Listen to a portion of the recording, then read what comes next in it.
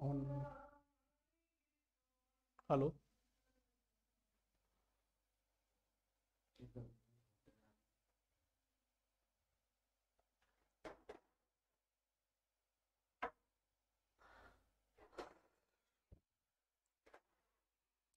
प्यारे बच्चों नमस्कार, स्वागत है आप सभी का आपके इस प्यारा सा ऑनलाइन स्टडी प्लेटफॉर्म साइंस संग्रह पे। आप सभी का एक बार पुनः स्वागत है। इस प्यारा सा साइंस संग्रह में आप सभी का प्यारे बच्चों स्वागत है। आप सभी लोग जुड़ जाओ। आप सभी को गुड इवनिंग बच्चों, good evening to all of you. सभी को गुड इवनिंग। कैसे हो आप सभी लोग? सभी को गुड इवनिंग प्यारे बच्चों, good evening good evening. Vishal Kumar, Amit Kumar ji thank you so much. Raja Singh thank you. सभी को बहुत बहुत धन्यवाद। सुभाषित प्यारे बच्चों, खूब स्वस्थ रहो, खूब मस्त रहो, खूब आगे बढ़ो, खूब तरक्की करो। जय श्री राम। आप सभी को जुड़ने के लिए बहुत बहुत धन्यवाद। एक बार इस सेशन को फटाफट शेयर कर दो क्योंकि आज की क्लास आपके लिए बहुत ही शानदार है और वो है आपके कैलकुलस का जो लास्ट टॉपिक होता है, जो लास्ट चैप्टर होता है कैलकुलस का, वो है 9th चैप्टर जिसका नाम है डिफरेंशियल इक्वेशन, अवकल समीकरण। प्यारे बच्चों, अवकल समीकरण जिसको आप अवकलन के बेस पर समझते हो क्योंकि अक्सर जो है उसमें अवकलन का ज्यादा लॉजिक अप्लाई किया गया है। और आज मैं अवकलन के माध्यम से अवकल समीकरण के बारे में व्याख्या करूंगा।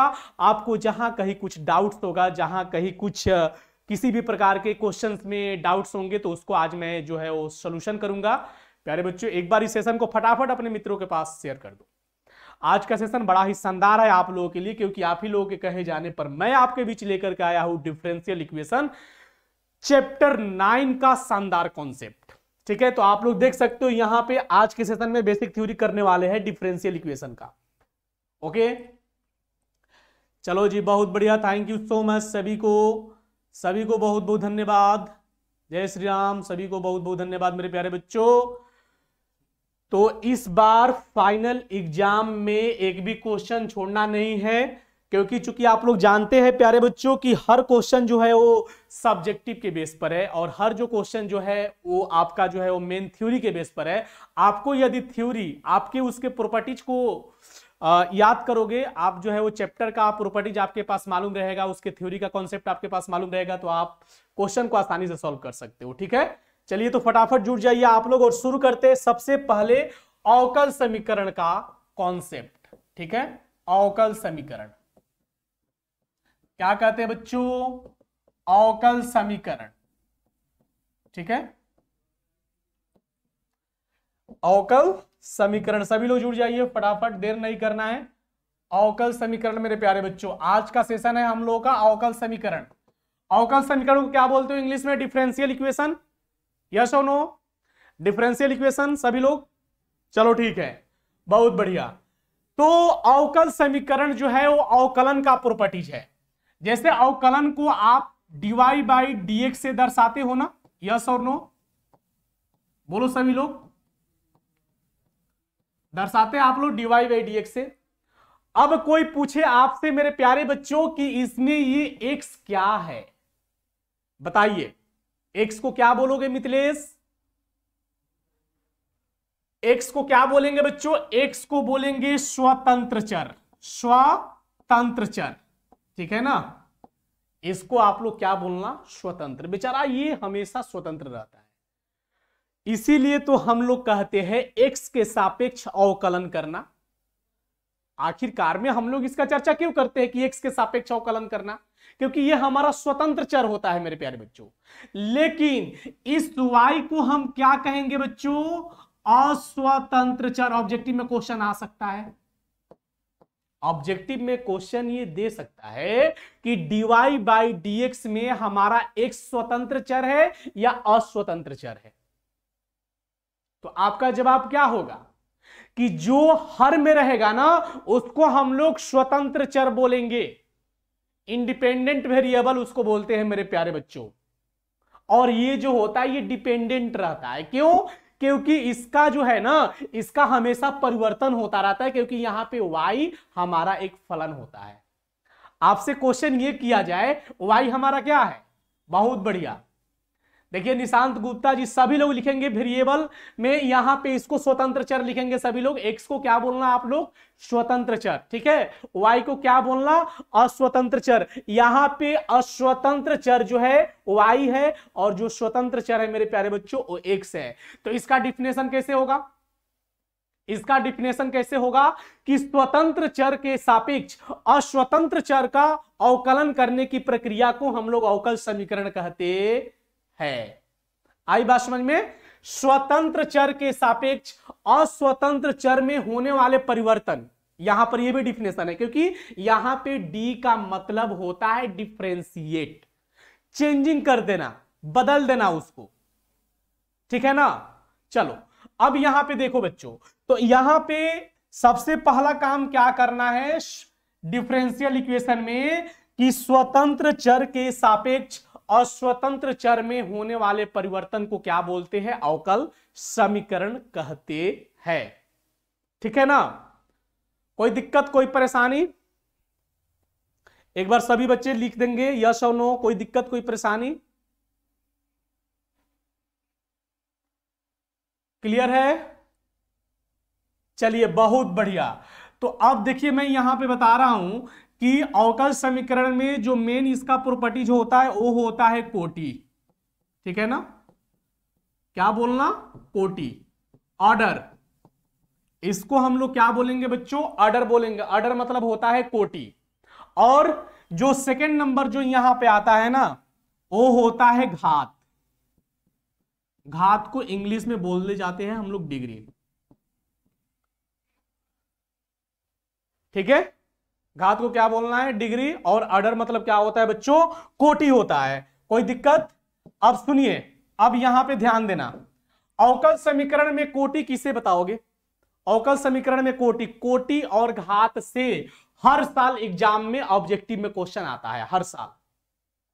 अवकल समीकरण से यह निश्चित है बच्चों कि कोटि और घात से क्वेश्चन देगा ही देगा, ठीक है। कोटि और घात से हर साल क्वेश्चन देता है, तो इसलिए आप सभी को ध्यान देना होगा कि अवकल समीकरण में जो कोटि होती है वो अधिकतम अवकल समीकरण की कोटि उस अवकल समीकरण की कोटि कहलाती है। जैसे आपके पास एग्जांपल में रख दूं कि यहां पे है d square y upon d x square plus d y upon d x का whole square is equal to 5, और आपसे यह क्वेश्चन किया जाए कि इसमें कोटि क्या होगी, तो आप कोटि क्या बताओगे? बोलो, आप कोटि क्या बताओगे बच्चों? मेरे प्यारे बच्चों सभी लोग बताएंगे कोटि क्या होगी, एक बार बता दो सभी लोग।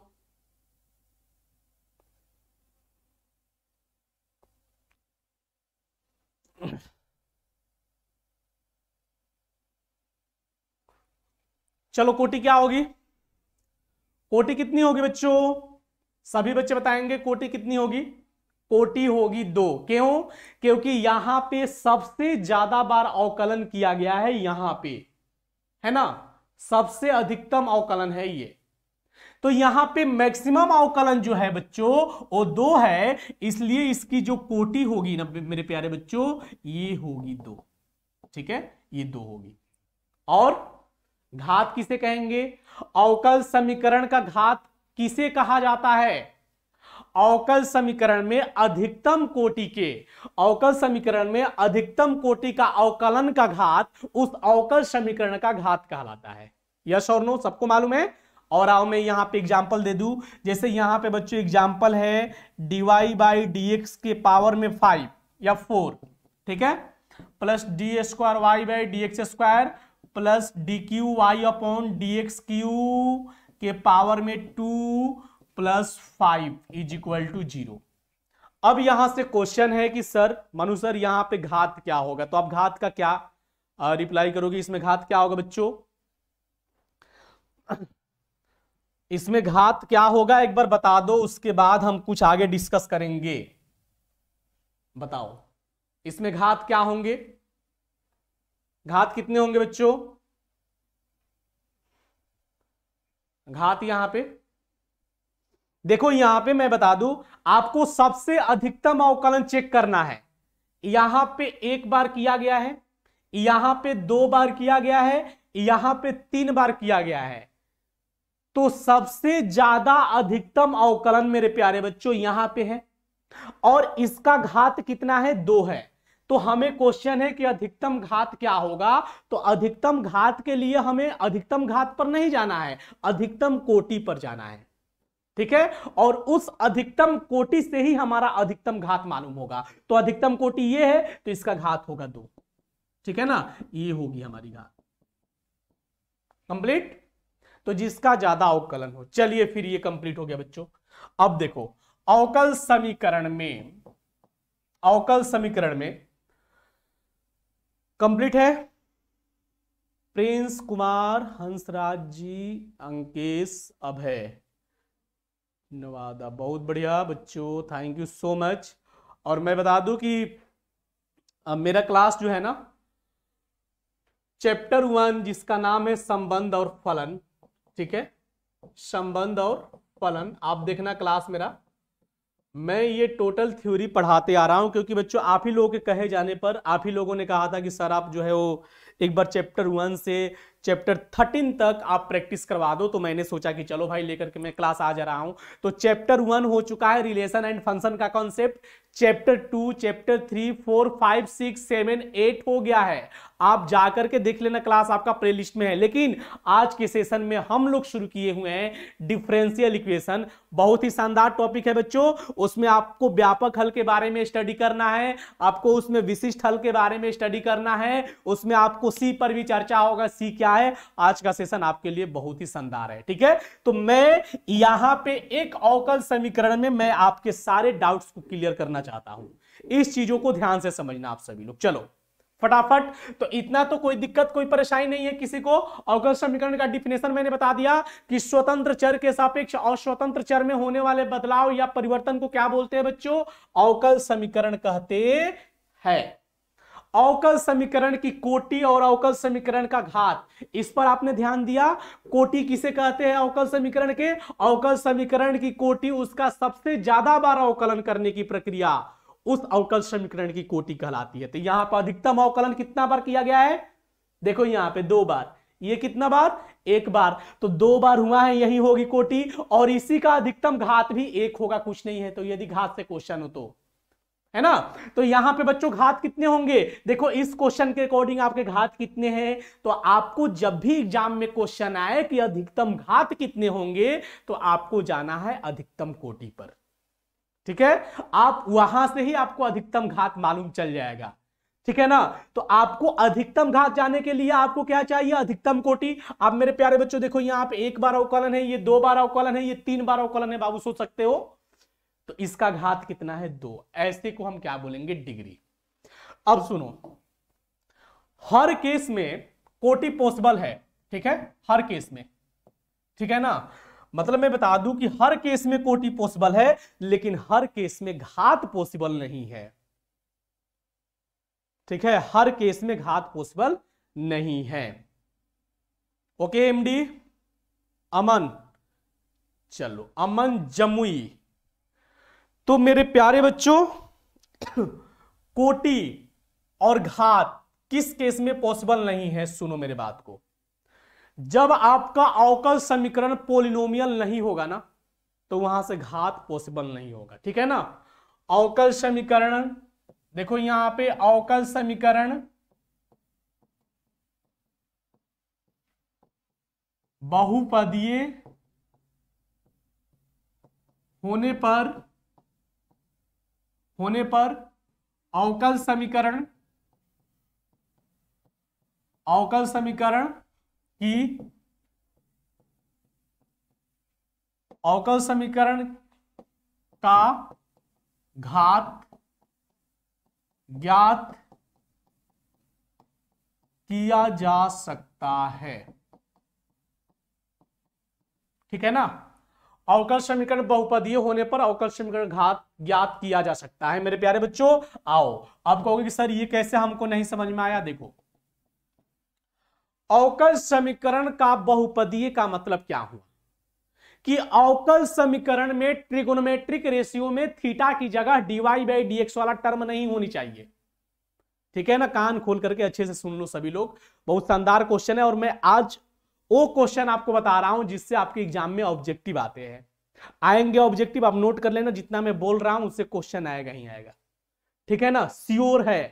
तो देखो सबसे पहले जैसे कि मैं आपके बीच क्वेश्चन रखा साइन dy अपॉन dx, ठीक है, plus d square y upon d x square is equal to dy by D x का होल स्क्वायर। अब यहां पे क्वेश्चन है कोटि घात, बताओ बताओ। तो इस बार तब हम समझेंगे आप लोगों को, आपको जो है ये कॉन्सेप्ट ज्यादा समझ में आ रहा है, बताओ सभी लोग। यहां पे कोटि क्या होगी और घात क्या होंगे बच्चों? कोटि क्या होगी और घात क्या होंगे?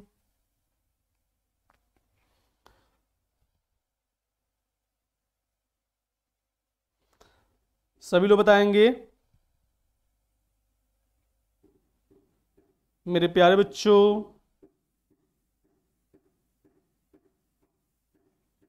कोटि और घात, कोटि और घात, देखो मैं बता रहा हूं, कोटि हमने क्या बोला, कोटि तो हर केस में पॉसिबल है, यस और नो?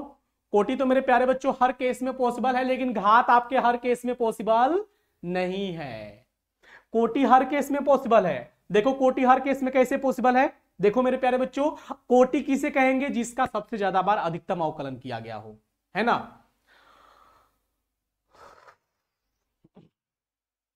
कोटि किसे कहेंगे? जिसका सबसे ज्यादा बार अवकलन किया गया हो। आप देखो यहां पे मैक्सिमम अवकलन कहां है, ये है ना मैक्सिमम अवकलन, देखो तो बच्चों यहां पे 2 बार किया गया है, तो कोटि होगी 2, लेकिन घात अपरिभाषित, ये घात इसका कभी ज्ञात किया नहीं जा सकता। आप कहोगे सर क्यों? क्वेश्चन उठेगा ना आप लोगों का कि मनु सर क्यों? क्योंकि बच्चों हमने क्या बोला कि डिफरेंशियल इक्वेशन में, ट्रिगोनोमेट्रिक रेशियो में थीटा की जगह dy बाई dx वाले टर्म नहीं होनी चाहिए। यदि dy बाई dx वाले टर्म है तो ये हमारे पोलिनोमियल नहीं है, ठीक है, पोलिनोमियल फंक्शन नहीं है, ठीक है। आई बात समझ में? आई बात समझ में? पोलिनोमियल फंक्शन नहीं है बच्चों। और एक बात और ध्यान में रखना कि जो फंक्शन पोलिनोमियल होंगे उसी का घात पॉसिबल है, यस और नो? और आपके बीच में फिर एक एग्जांपल रख रहा हूं घात से रिलेटेड, बताना आप। dy बाई dx,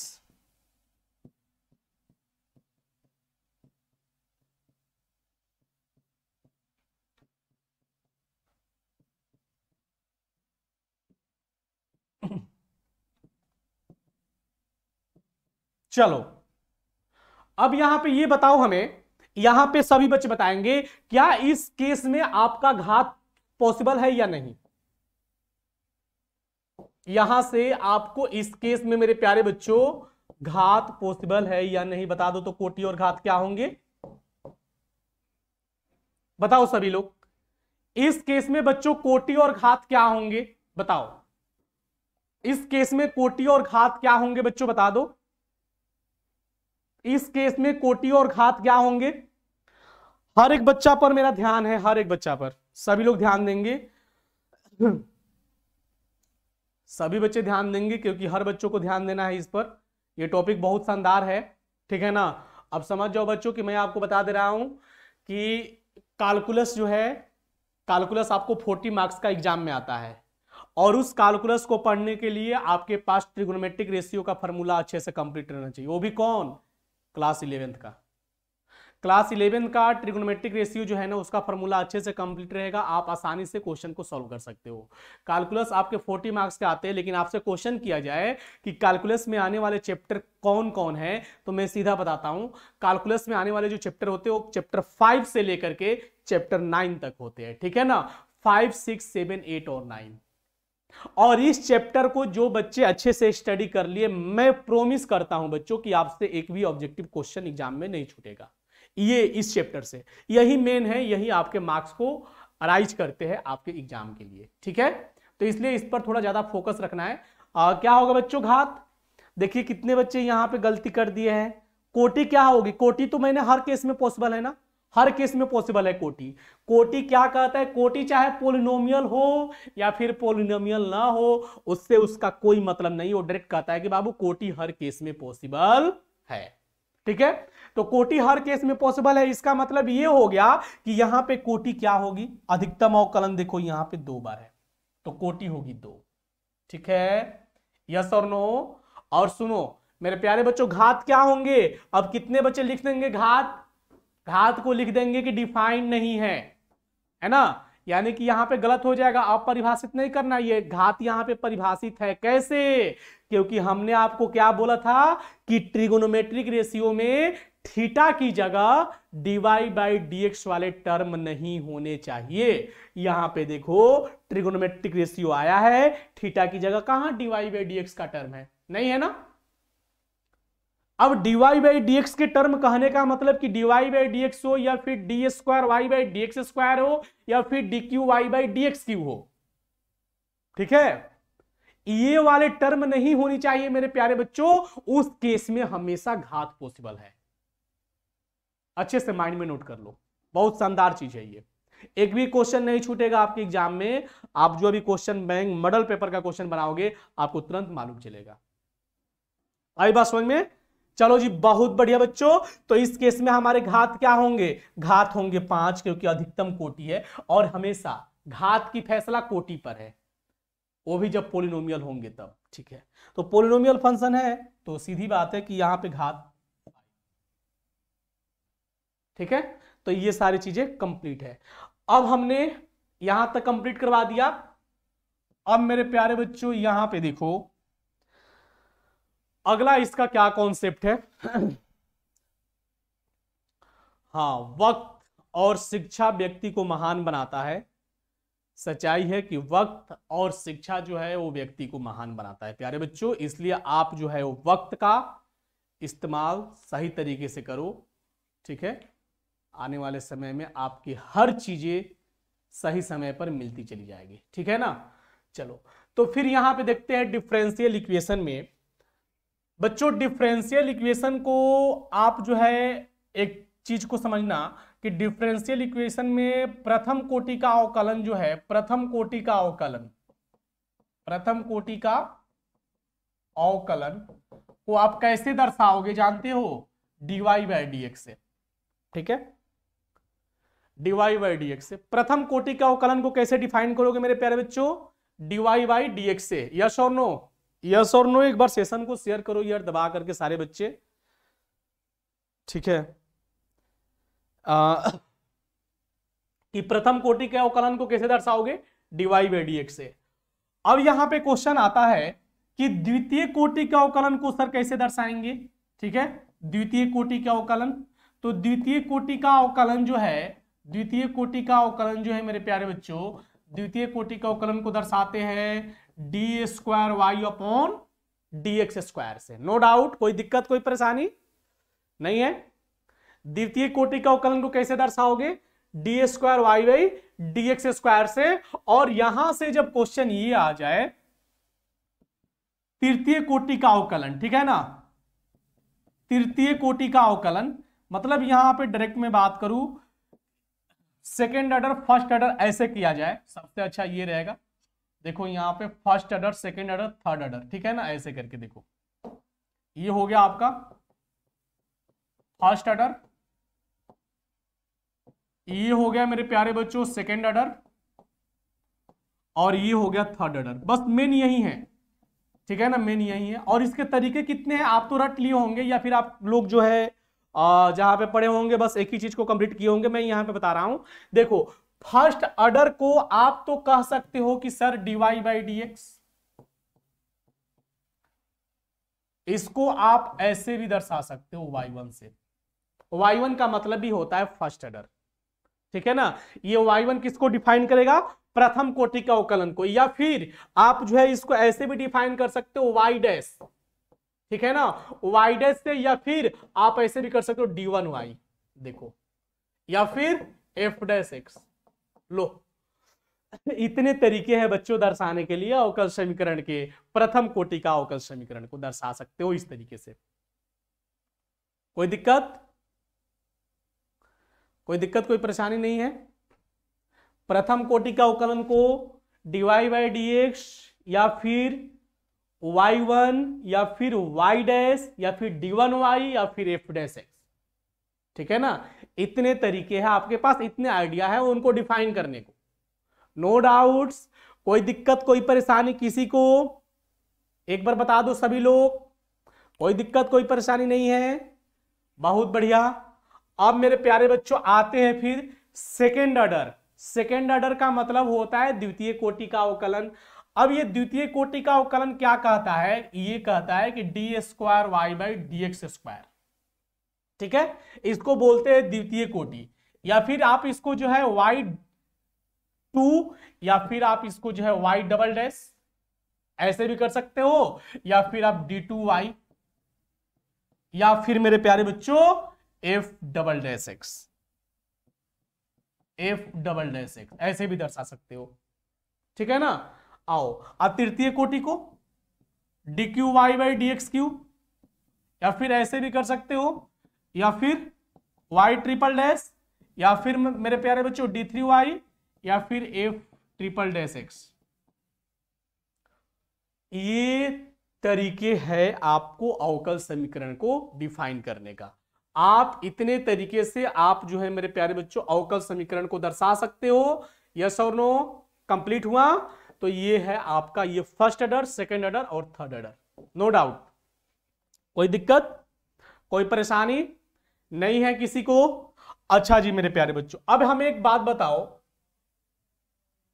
कि यदि परवलय, देखो पाराबोला, पाराबोला का कॉन्सेप्ट भी इसमें है, थोड़ा बहुत ध्यान देना है बच्चों। पाराबोला में आपको ये हो गया हमारा एक्स एक्सिस, ये हो गया निगेटिव एक्स एक्सिस, ये हो गया positive y axis, negative y axis, ठीक है। यदि परवलय एक अक्ष के पॉजिटिव डायरेक्शन में हो तो परवलय का समीकरण होता है बच्चों वाई स्क्वायर बराबर 4x, ठीक है, y square is equal to 4x। देखो कितना शानदार चीज है ये परवलय। परवलय को बोलते हो इंग्लिश में आप पाराबोला, ठीक है ना। यदि परवलय एक अक्ष के पॉजिटिव डायरेक्शन में रहेगा तो उसका इक्वेशन होता है वाई स्क्वायर बराबर 4x। और जहां जहां फोरे क्या है बच्चों, जहां आपका जो फोरे है ना, फोरे जो होता है वो नाभिलंब जीवा की लंबाई, नाभिलंब जीवा की लंबाई, ठीक है ना। आप इसको एल इज इक्वल टू 4 कह सकते हो, latus rectum. No doubt, latus rectum. अब सुनो, जब जब मैं इस डायरेक्शन को चेंज करूंगा ना, वैसे वैसे करके इसके इक्वेशन में भी चेंजिंग होगा। यदि हम इस परवलय को मेरे प्यारे बच्चों इस डायरेक्शन में कर दिए, अब इसको मैं शॉर्ट में बताना चाहता हूं, ठीक है ना। जैसे देखो यहां पे अब हमने क्या किया कि इसी परवलय को मैंने ऐसे कर दिया, तो ये ध्यान देना ये जो परवलय है पॉजिटिव वाई एक्सिस का इक्वेशन है, पॉजिटिव वाई एक्सिस के डायरेक्शन में है ना, तो इस केस में लिख दोगे एक्स स्क्वायर बराबर 4ay। ये हमेशा यहां पे जो एक्सिस होगा ये उसके डायरेक्शन पर डिपेंड करता है, ठीक है, उसके डायरेक्शन पर। देखो अभी ये परवलय ऊपर है तो उस केस में एक्स स्क्वायर बराबर 4ay, ठीक है। और यही परवलय मेरे प्यारे बच्चों, यही परवलय को जब ही मैं ऐसे कर दूं, थोड़ा ध्यान दे दो इस बार, बस आप ही लोगों के लिए ये सारी चीजें हैं, ऐसे कर दूं बच्चों तो ये हो गया एक्स, एक्स डैश, वाई और वाई डैश, तो इस केस में होगा y square is equal to minus का 4x। नो डाउट, देखो हो गया ना, यस और नो। और मैं इस परवलय को जो ही ऐसे घुमा दूं ना, इस तरह से ड्रा करूं मैं इस परवलय को मेरे प्यारे बच्चों, फाइनली ये तो ऐसे तो हो गया है, ऐसे हो गया, और फिर ऐसे देखो ये वाला,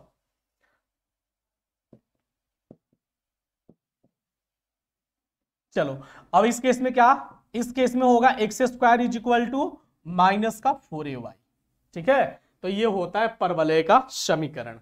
अब आपके बीच में एक क्वेश्चन तैयार हो रहा है कि सर ये क्या है, ये हो गई फोकी, फोकी मतलब नाभि। अब ये नाभि से होकर के जाने वाले लंब को बोलते हैं नाभि लंब जीवा, यही हो गया, इसी को बोलते हैं नाभि लंब जीवा, इसको बोलते हैं बच्चों लेटस रेक्टम, लेटस रेक्टम, मतलब नाभिलंब जीवा, ठीक है ना, नाभिलंब जीवा।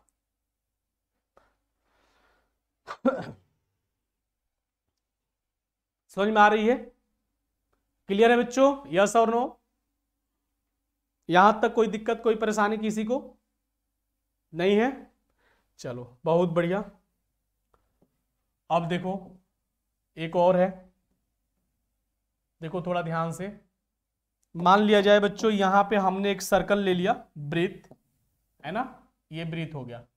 एक ब्रीथ, माना कि ये जो ब्रीथ है बच्चों, ये पॉइंट XY से होकर के जा रही है ब्रीथ, ठीक है। बोल रहा है क्या कि इसका जो सेंटर है ना, ये सेंटर बच्चों, ये सेंटर बोल रहा है कि ये HK है, और ये जो पॉइंट है XY से होकर के ये वृत्त गुजर रही है। इस केस में जब इसकी त्रिज्या R है तो इस केस में वृत्त का समीकरण क्या होता है, देखो, ठीक है। तो वृत्त का समीकरण क्या होता है मेरे प्यारे बच्चों इस केस में? वृत्त का समीकरण बोलो, वृत्त का समीकरण क्या होगा? x माइनस एच का square plus y minus k का square is equal to r square, ठीक है। ये होता है हम लोग के वृत्त का समीकरण, ठीक है ना बच्चों, इसको ध्यान रखना। यदि एक वृत्त जिसका केंद्र एच के है और वो वृत्त XY से हो करके गुजर रही हो, उस केस में मेरे प्यारे बच्चों वृत्त का समीकरण का सूत्र होता है x माइनस एच का square plus y minus k का square is equal to r square. No doubt? किसी को कोई दिक्कत, कोई परेशानी यहां तक बता दो सभी लोग, नहीं है ना? x माइनस एच के square plus y minus k का स्क्वायर बराबर आर स्क्वायर। अब मैं एक बात बताऊं, सुनो ध्यान से।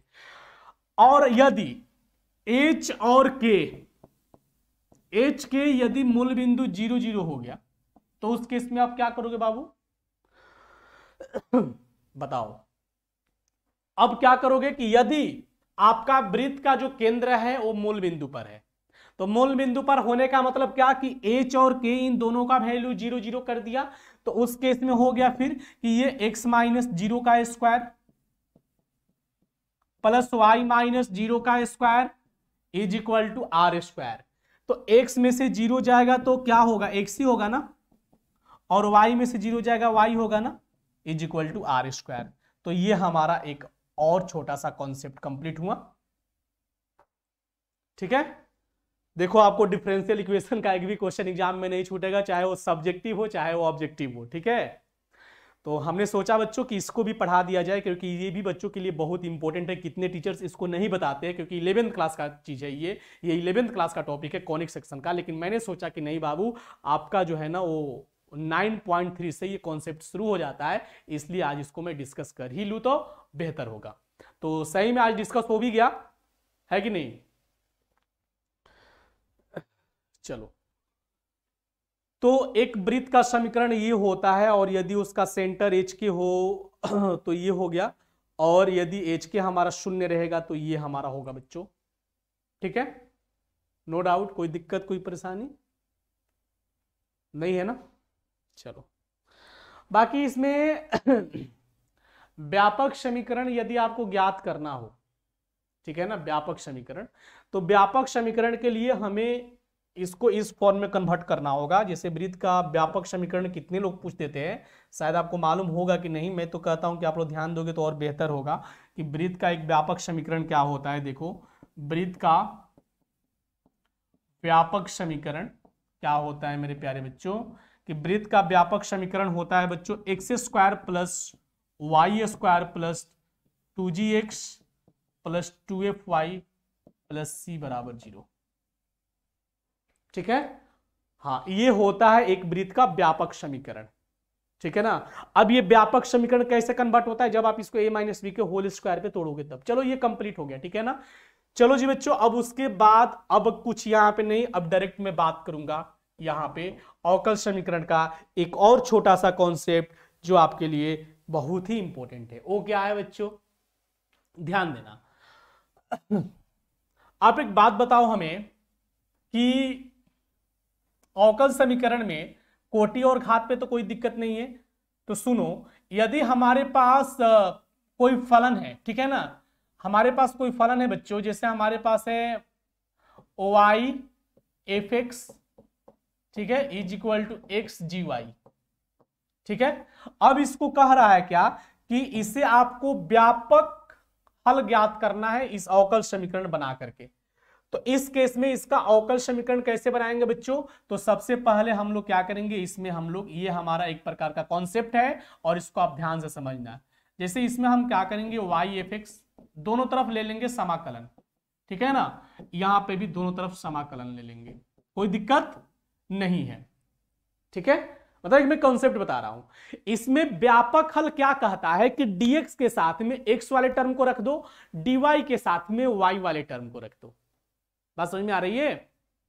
इसका नियम ये कहता है बच्चों कि dx के साथ x वाले टर्म dy के साथ y वाले टर्म को रख दो। तो dx के साथ x वाले टर्म कैसे रखोगे? देखो, जैसे ये है आपके पास dx, ठीक है, dx है ना, dx।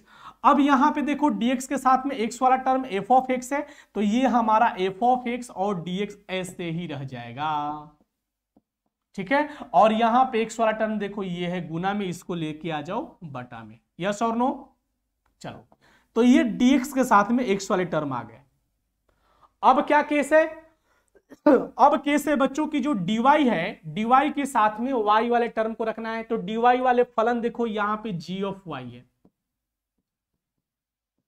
और यहां पे बच्चों y वाला क्या है, ये है। देखो इस केस में अब हम क्या करेंगे, समाकलन करेंगे, ठीक है ना। तो ये जो होता है इसी को बोलते हैं हम लोग व्यापक हल, ठीक है। अब इसको यदि हम समाकलन करके, मेरे प्यारे बच्चों, यदि हम इसको समाकलन करके, ठीक है ना, और इसमें हम आर्बिट्रेरी कांस्टेंट k को ऐड कर देते हैं, तो ये होता है हमारा अवकल समीकरण का व्यापक हल।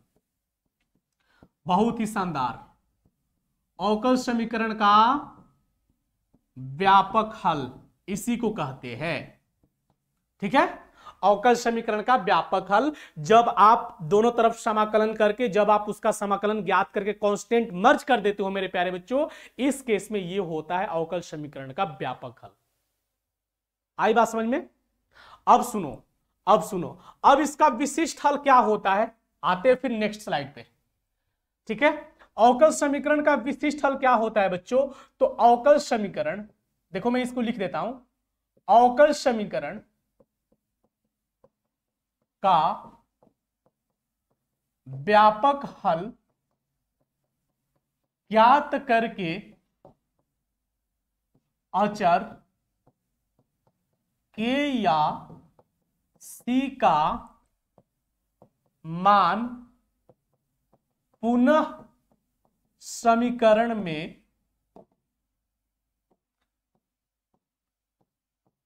रखकर c और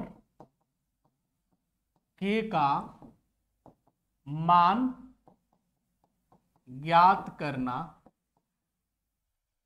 अवकल समीकरण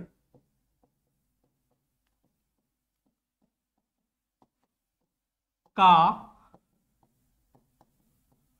विशिष्ट हल कहलाता है। देखो बच्चों, इसको पहले समझो आप लोग, ठीक है, केवल लिखने से नहीं, इसको समझना है। यह हमारा कहने का मतलब क्या है, देखो कि अवकल समीकरण का व्यापक हल क्या होता है कि आपने अवकल समीकरण का हल किया, उसमें आर्बिट्रेरी कांस्टेंट k को जोड़ दिया, उतना तक आपका आंसर हो गया, वो हो गया आपका व्यापक हल। लेकिन बिना व्यापक हल ज्ञात किए आपका विशिष्ट हल कभी ज्ञात नहीं होगा। अब रही बात कि मनुसर ये कैसे, बच्चों जब आप व्यापक हल करोगे ना, तो व्यापक हल ज्ञात करके, ठीक है, आपको k का मान ज्ञात करना होगा। तो k का मान कैसे ज्ञात होगा? तो मान लिया जाए कि आपने इसका व्यापक हल ज्ञात किया, ठीक है, तो आपने जब इसका व्यापक हल ज्ञात किया तो इसका आंसर आया x बराबर y प्लस k, ठीक है, मान लिया जाए। तो आपके पास x और y का मान आपके पास गिवन रहेगा। x और y का मान लास्ट में जब आप व्यापक हल ज्ञात करते हो तो उसके लास्ट में x और y का मान रख करके आप k का मान ज्ञात कर दोगे, और उसी k का मान पुनः इस समीकरण में रख देना, वही होता है विशिष्ट हल। देखो, तो अवकल समीकरण का व्यापक हल ज्ञात करके अचर, अचर मतलब के या सी, उस के या सी का मान पुनः समीकरण में रखकर सी और के का मान ज्ञात करना अवकल समीकरण का विशिष्ट हल कहलाता है। ठीक है, ये होता है हमारा विशिष्ट हल। तो ये अवकल समीकरण का विशिष्ट हल और व्यापक हल पर तो बात क्लियर है। ठीक है ना बच्चों। अब देखो एक छोटा सा कॉन्सेप्ट है इसका कि अवकल समीकरण में जितने कांस्टेंट होते हैं उतना बार अवकलन किया जाता है। याद है कि नहीं, आप याद है? अवकल समीकरण में जितने कांस्टेंट हो उतना बार अवकलन किया जाता है। जैसे माना कि यहां पे मैं लिख रहा हूं कि अवकल समीकरण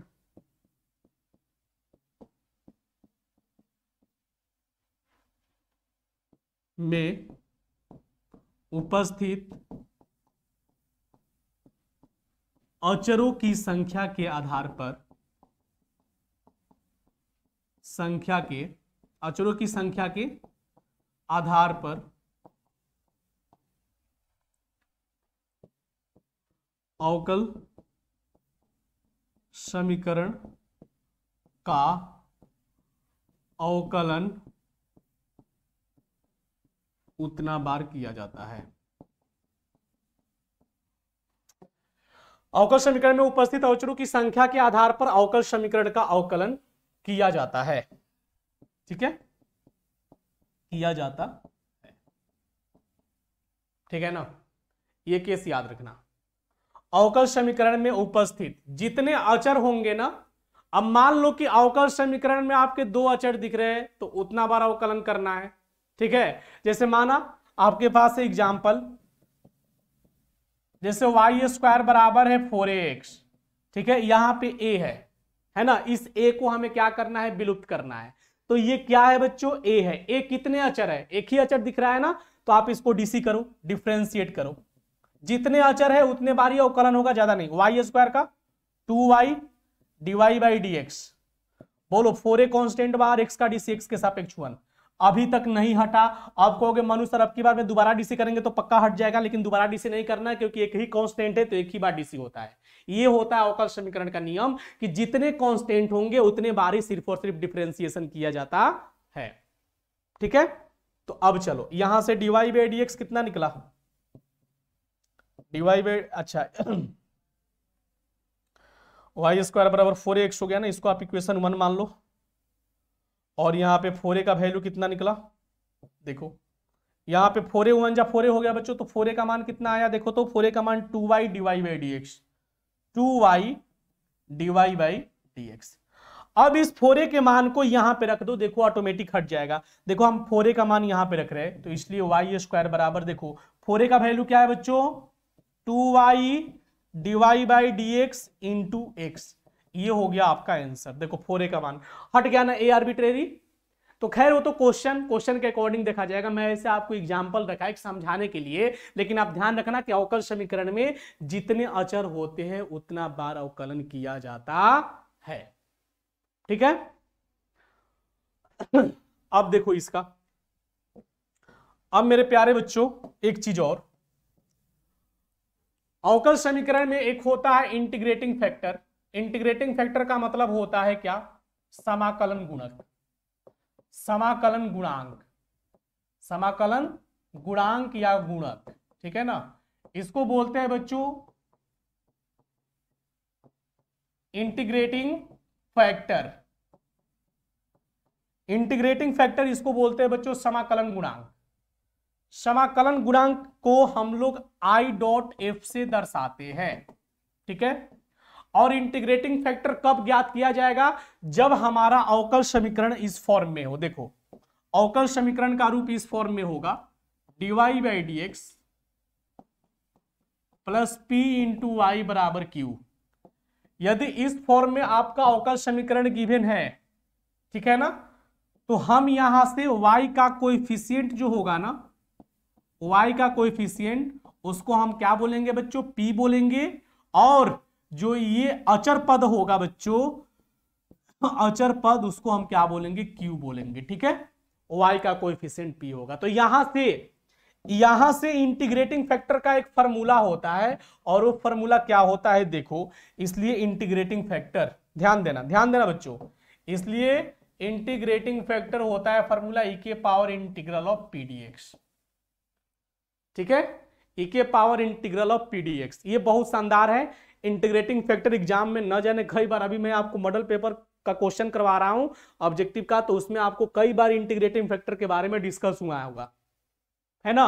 और इंटीग्रेटिंग फैक्टर का फॉर्मूला ही होता है ई के पावर इंटीग्रल ऑफ पीडीएक्स। यानी ध्यान रखना कि पीडीएक्स जो होगा वो ऊपर होगा ई के पावर में, आई बात समझ में। और उस केस में जब आपको इंटीग्रेटिंग फैक्टर फाइंड हो जाएगा, तब उस केस में अवकल समीकरण का सूत्र होता है, अवकल समीकरण का, रैखिक अवकल समीकरण का सूत्र होता है बच्चों। रैखिक अवकल समीकरण का क्या होता है, y गुने इंटीग्रेटिंग फैक्टर बराबर इंटीग्रल ऑफ q गुने इंटीग्रेटिंग फैक्टर ऑफ dx।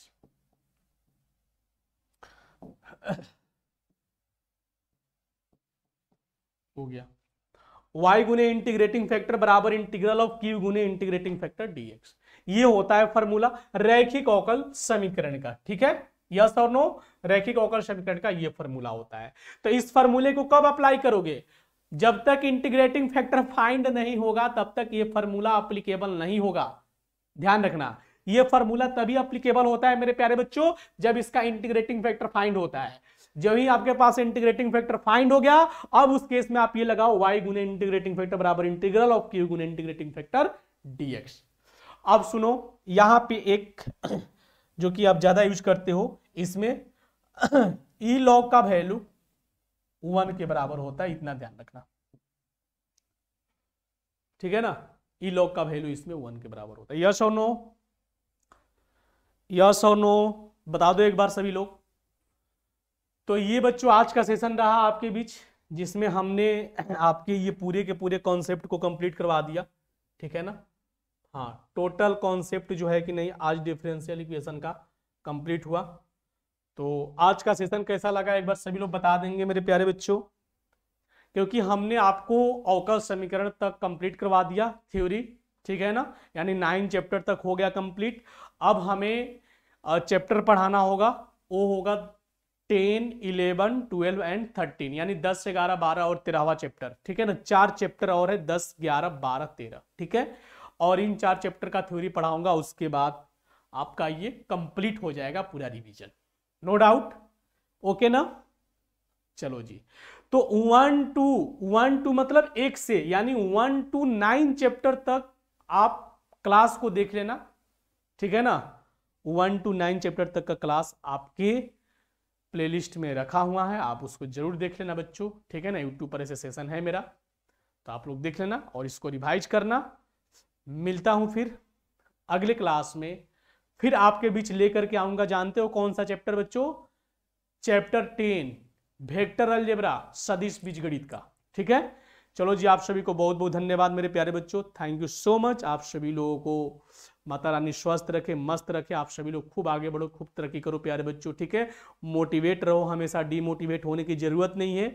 कौन क्या कह रहा है, क्या बोल रहा है, क्या कह रहा है, क्या सुन रहा है, उससे कोई मतलब नहीं। आप अपने कर्मों में लगे रहो, नित्य प्रतिदिन मेहनत करते रहो, खूब आप आगे बढ़ोगे। ठीक है, आप सभी को बहुत बहुत धन्यवाद। सेशन कैसा लगा जरूर आप लोग कमेंट करके बताना। ठीक है, लव यू।